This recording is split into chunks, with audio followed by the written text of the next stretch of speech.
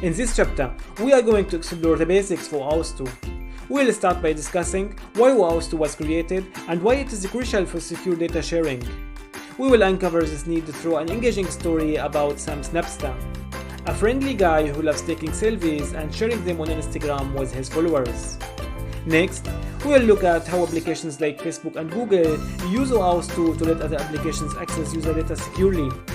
We will walk through a real-world scenario that will guide us into understanding the standard OAuth 2 flow and its roles. Then, we will identify the key players in OAuth 2 and see how they collaborate to secure data. We will map the components from our scenario to the technical OAuth 2 flow and roles and understanding their responsibilities. After that, we will dive into a live demo using Photobee application to see everything we have learned in action.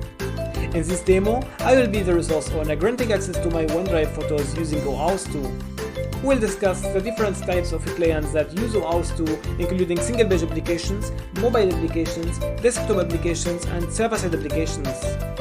We'll explore the differences between them and determine when to use each client type. We will learn how OAuth 2 scopes define what data an application can access and how they limit permissions to enhance security. First, we will start with an introduction. We will cover what scopes are and why they are important for controlling access to API resources. Next, we'll discuss how to structure and name scopes effectively, ensuring they are both granular and manageable. Finally, we will look at the different methods for deriving the needed scopes, whether from business processes, API structure, or role-based access control, while also considering audit and compliance needs. We'll delve into the various types and formats of tokens that OAuth 2 uses. We'll explore access tokens and refresh tokens, their differences, and how they can be used together. Additionally, we will discuss token formats such as structured JWT tokens and unstructured OBAC tokens, their differences, and the scenarios in which each format is suitable. We'll discuss how to ensure the validity and security of tokens in an OAuth 2 setup.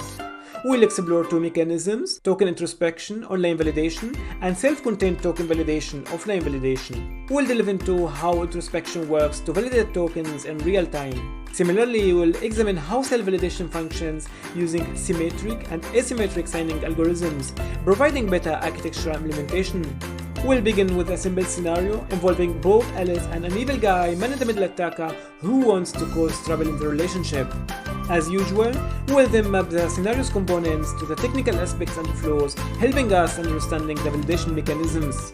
By the end, you will have a clear understanding of how and why to configure your services for OAuth 2 token validation. We'll wrap up with a comprehensive comparison that will help us make informed decisions on which mechanism to use in different situations. Finally, we will introduce OpenID Connect and see how it builds on OAuth 2 to provide seamless user authentication and identity management. We will begin with a brief introduction, move on to a comprehensive comparison, and conclude with a practical scenario. You will become familiar with terms like ID token, user info endpoint, and more. By the end of this chapter, you will have a solid understanding of OAuth 2 basics and how it helps secure data and APIs across various applications. Let's get started.